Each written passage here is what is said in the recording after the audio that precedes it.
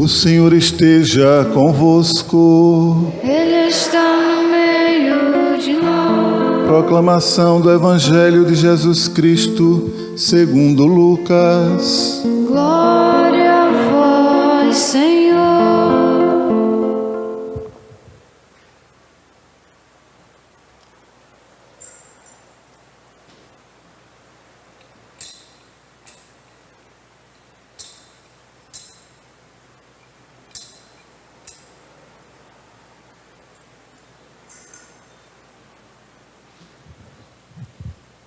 Naquele tempo, no 6º mês, o anjo Gabriel foi enviado por Deus a uma cidade da Galiléia chamada Nazaré, a uma virgem prometida em casamento a um homem chamado José. Ele era descendente de Davi e o nome da virgem era Maria. O anjo entrou onde ela estava e disse: Alegra-te, cheia de graça, o Senhor está contigo. Maria ficou perturbada com estas palavras e começou a pensar qual seria o significado da saudação. O anjo então disse-lhe: Não tenhas medo, Maria, porque encontrastes graça diante de Deus. Eis que conceberás e darás à luz um filho, a quem porás o nome de Jesus. Ele será grande, será chamado Filho do Altíssimo, e o Senhor Deus lhe dará o trono de seu pai Davi.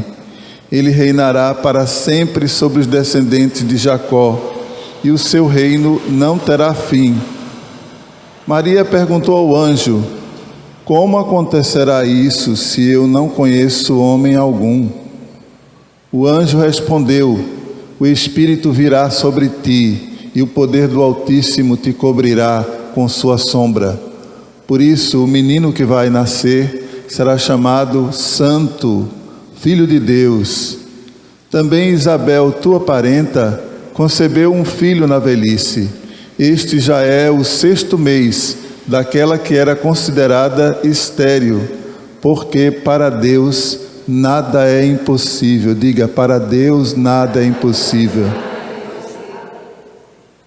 Maria então disse: Eis aqui a serva do Senhor, faça-se em mim segundo a tua palavra. E o anjo retirou-se.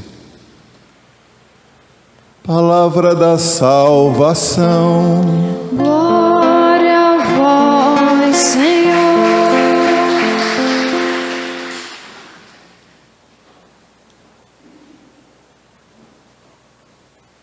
Maria, cheia de graça, Virgem Mãe do Salvador, ensina-nos a praticar a palavra do Senhor. Maria pode sim nos ensinar a praticar a palavra de Deus. E a palavra de Deus nos fala todos os dias. Nós viemos a esse mundo através da palavra de Deus. Palavra de Deus que é o verbo. A gente escuta sempre faça-se, não é? Na Bíblia. Deus criou, faça-se o mar, as estrelas, os animais. Aí de repente Deus olhou tudo que tinha feito e viu que era bom. Muito bom. O que Deus fez alegra o seu coração. O que Deus fez é precioso para Ele. Hoje nós celebramos a Imaculada Conceição de Maria, mas a liturgia nos apresenta os caminhos nos quais essa Imaculada Conceição também nos mostra um caminho de vida. Na primeira leitura, vocês observaram, fala sobre Adão e Eva, né? Vejam que quando Deus criou tudo, viu que era bom e olhou para o homem e para a mulher e colocou diante deles tudo aquilo que Ele tinha criado, que é muito bom, para que eles fossem participantes. Hoje fala-se muito nisso, na segunda leitura, participantes dessa realidade de Deus. Deus sempre nos convida, está chamando a humanidade a viver com Ele. Porque quando você é diferente, uma coisa é você ser um convidado, uma visita. Outra coisa é você ser de casa. Não é verdade? Em casa, quando a gente tem nosso pai e nossa mãe, e vamos dizer, por mais pobre que seja, nosso pai e nossa mãe sempre deixam alguma coisa para a gente. Não é verdade? A gente vê hoje em dia a casa dos pais, aí de repente não tem condições de comprar sua casa e constrói em cima. Eu conheço lugares onde tem alguém que mora ao lado, no terreno ao lado, alguém que mora em cima, duas, três famílias, ou 4 famílias até. Mas tudo nasceu dali. Quando a gente tem a herança, a gente construiu alguma coisa para ter direito a essa herança? Os pais que suaram e construíram aquilo e nos deixaram. Então, significa dizer que a gente recebeu de graça. Então, com relação a Deus é bem mais amplo. Nosso Pai construiu tudo e nos deu tudo de graça. Mas mesmo assim, hoje na segunda leitura ele fala alguma coisa sobre através de Jesus a gente receber aquilo que nos é de direito. Agora, só que o receber o que é de direito não é o receber o que é de direito porque a gente suou para conseguir. Receber o que é de direito é aquilo que Deus destinou para nós, por sua misericórdia, por seu amor, por sua bondade. Só que na questão, a maneira como a gente vê as coisas, a maneira como Deus vê as coisas.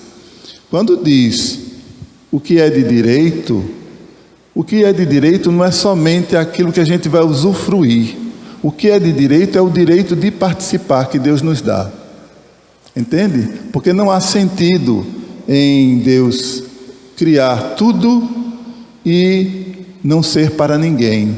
É como disse várias vezes aqui, o amor, ele tem destinatário. O sentido do amor é o endereço, é a pessoa que o amor vai chegar, vai fazer o seu bem àquela pessoa. Então Deus, por si só, se bastaria, mas Ele prefere nos amar, porque o amor só tem sentido amando. Percebe? Então Deus criou todas as coisas não à toa, criou por sua vontade, e aí viu que era bom, e aí quis participar, quis que alguém participasse com Ele. Então a humanidade é chamada a participar da glória de Deus. Mas só que a humanidade, como Deus dá liberdade, a humanidade faz a opção pelo sim ou pelo não. Eva, Adão fizeram a opção pelo não. Deus pediu que, olha, cuida disso tudo, você pode usar tudo, menos usufruir da árvore do conhecimento do bem e do mal. Ou seja, quem é que conhece o bem e o mal? Quem é que conhece tudo, sabe de tudo? Deus. Então a gente às vezes se arvora a querer achar que a gente conhece todas as coisas, que a gente não precisa de Deus. Esse é o comer o fruto do conhecimento da árvore do bem e do mal. Quando a gente obedece e diz sim a Deus, a gente também faz essa opção por dizer, eu nada sei e nada sou sem Deus. Vamos dizer, eu nada sei e nada sou sem Deus. Nisso reside a nossa participação nessa herança, na herança da glória, da graça de Deus. É a gente saber que Ele é quem faz tudo por nós, é Ele quem conhece tudo, e nele que a gente tem que buscar as coisas que são verdadeiras. A gente não cria nada, a gente apenas participa daquilo que o Criador nos deu.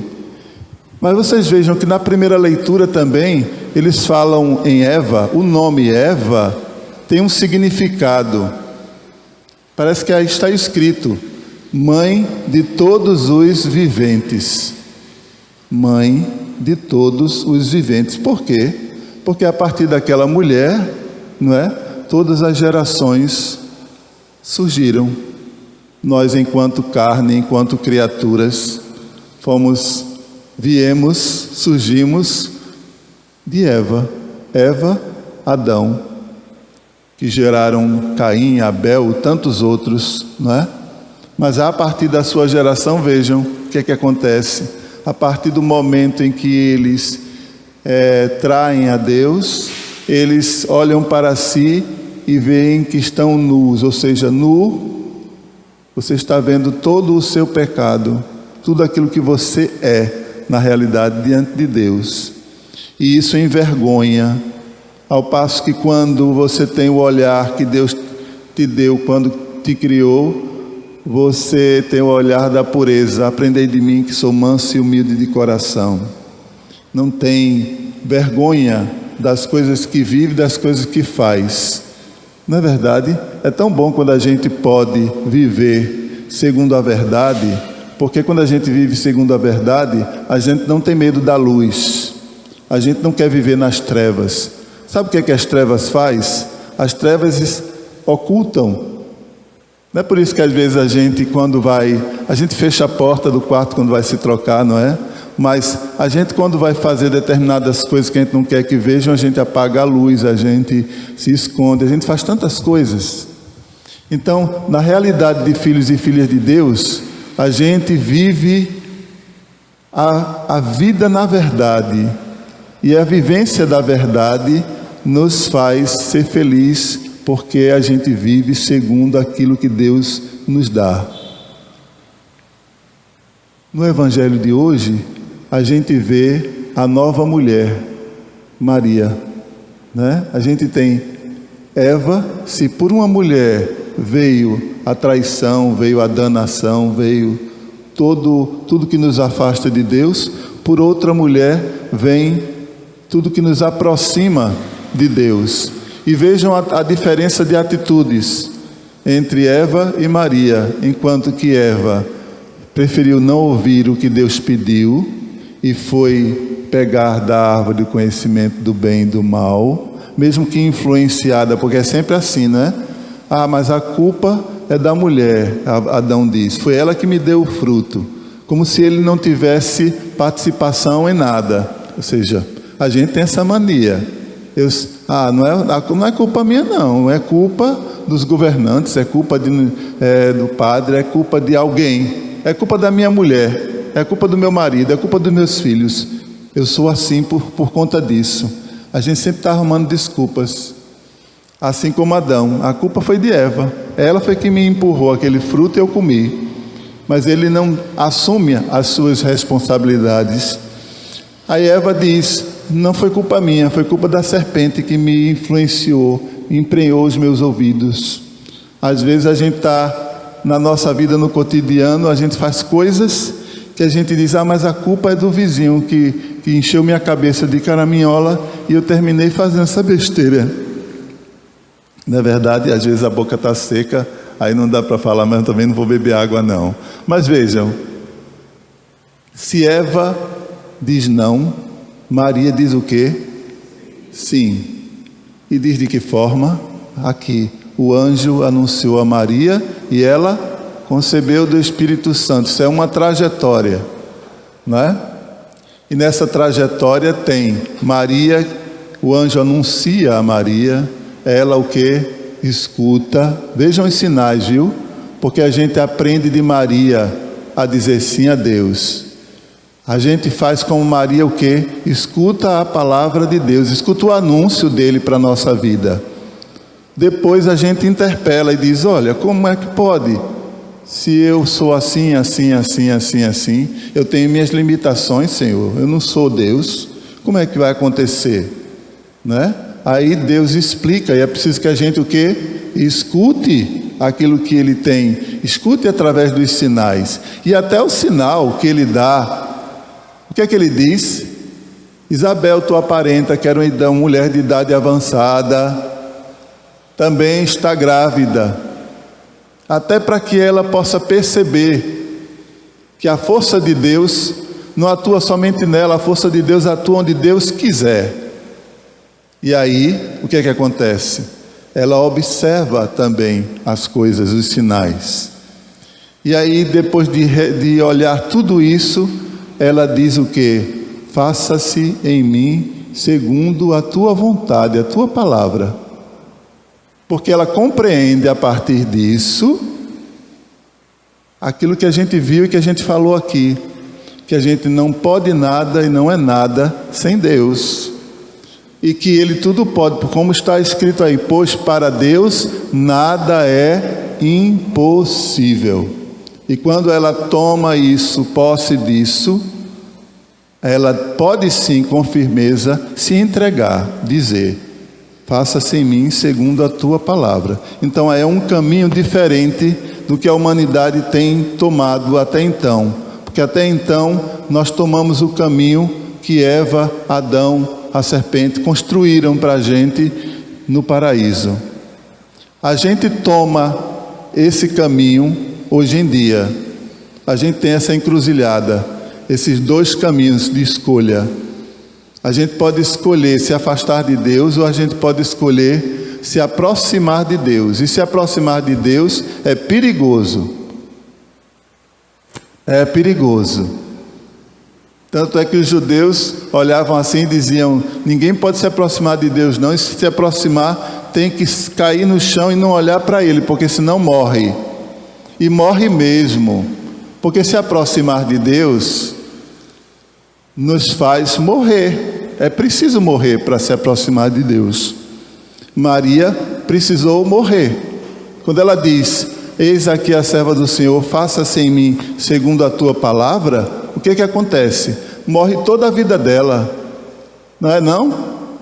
Ela tinha um pai, uma mãe, uma vida de adolescente e tudo mais, tudo organizadozinho. De repente ela vai visitar sua prima Isabel, de repente as pessoas ali estão olhando para ela como uma mulher adúltera, de repente ela não tem mais o respeito de ninguém, de repente ela tem que correr com o seu filho, fugir para o Egito, de repente ela tem que viver toda aquela vida, de repente ela olhar e ver o seu filho morrer na cruz. Maria deu sim a Deus durante toda a sua vida. No momento em que ela aceita conceber Jesus, no momento em que ela aceita conceber Jesus, ela assume toda essa trajetória de sofrimentos, mas também ela ganha um sentido para a sua vida. Porque no sentido da nossa vida que Adão e Eva nos deram, é o sentido que a gente às vezes escolhe. Nascer, comer, beber, dormir, viver, entre aspas, e aí depois morrer. O sentido que Eva nos traz é acolher Deus em nossa vida.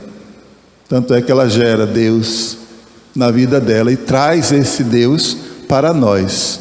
Nós contemplamos hoje, e comemoramos hoje, e celebramos hoje o dogma da Imaculada Conceição de Maria, né? Que justamente tem a ver com essa questão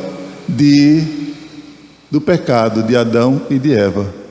Maria, como ia gerar Deus, não poderia ser um ambiente, um lar para Deus, um ventre para Deus, envolvido no pecado. Aquele que é santo não habita no pecado.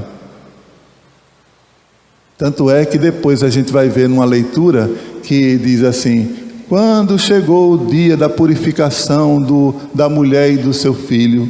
Por quê? Porque eles consideravam que aquele sangue, né, que a criança nasce, significa pecado. Toda criança nasce marcada pelo pecado original. Jesus, que é Deus, que é santo, que é puro, não poderia ser marcado no nascimento pelo pecado original, porque ele não tem pecado. E aí precisava de um ventre imaculado, sem mácula. Por isso que a gente diz a Imaculada Conceição de Maria. Ela foi concebida sem pecado e ela concebeu também para poder conceber Jesus sem a mácula do pecado no seu ventre, do pecado original. Significa dizer que Maria, desde o nascimento, em toda a sua vida, e quando aceita servir a Deus, ela está marcada pela graça de Deus. Tanto é que o anjo anuncia e vai dizer, Ave, cheia de graça, o Senhor é contigo. E a gente reza isso, Ave Maria, cheia de graça, o Senhor é contigo. Depois Isabel vai dizer, bendita és tu entre as mulheres e bendito é o fruto do teu ventre. E o teu ventre imaculado, o teu ventre que abriga aquele que é sem mácula, aquele que é o santo. Então a gente hoje celebra isso aqui hoje, que Maria é concebida sem a mácula do pecado original, e que Maria, hoje nas leituras, o evangelho não é à toa, é o evangelho da Anunciação. Poderia ser outro evangelho que falasse sobre Maria, mas não, é o evangelho da Anunciação para nos falar da resposta que a humanidade deu a Deus em Maria. Então vejam bem, Maria, em nome de todos nós, seres humanos, diz sim a Deus, assim como Eva, Adão, e assim como nós costumamos fazer, dizemos sempre não a Deus. Mas aproximemo-nos de Maria para olhar e acolher e viver a realidade do nascimento de nosso Senhor Jesus Cristo em cada um de nós, na nossa vida. Louvado seja nosso Senhor Jesus Cristo.